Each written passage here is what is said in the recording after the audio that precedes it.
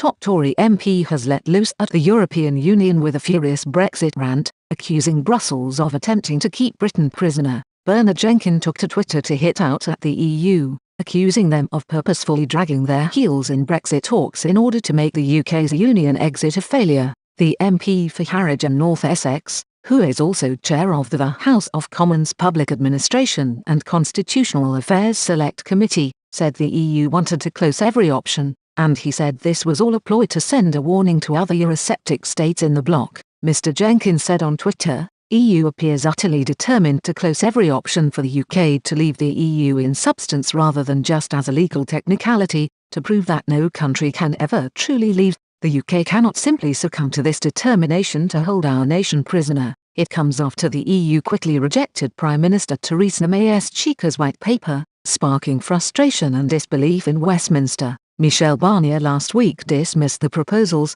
put forward by Mrs May's new Brexit Minister Dominic Raab, during a crunch meeting in Brussels. The EU's chief negotiator poured cold water over the UK's call for expanded equivalence, which rejects the existing models as not sufficient to deal with a third country whose financial services are as deeply interconnected with the EU's as those of the UK. He is also concerned the UK's customs proposal opens Europe's door to fraudulent traders. Mrs May's commitment to a common rule book also puts the EU in a tricky situation with its promise to protect European citizens from Brexit, according to Mr Barnier, and the Brexit negotiator believes Mrs May's plan hands an unfair advantage to Britain because its refusal to align its regulations on services with the EU. He said, "Are the British proposals in the interests of the EU? As you know, in any product like your mobile phone, between 20 and 40% of the value of this good is linked to services. So how will we avoid unfair competition in services because the UK would be free to diverge on services?"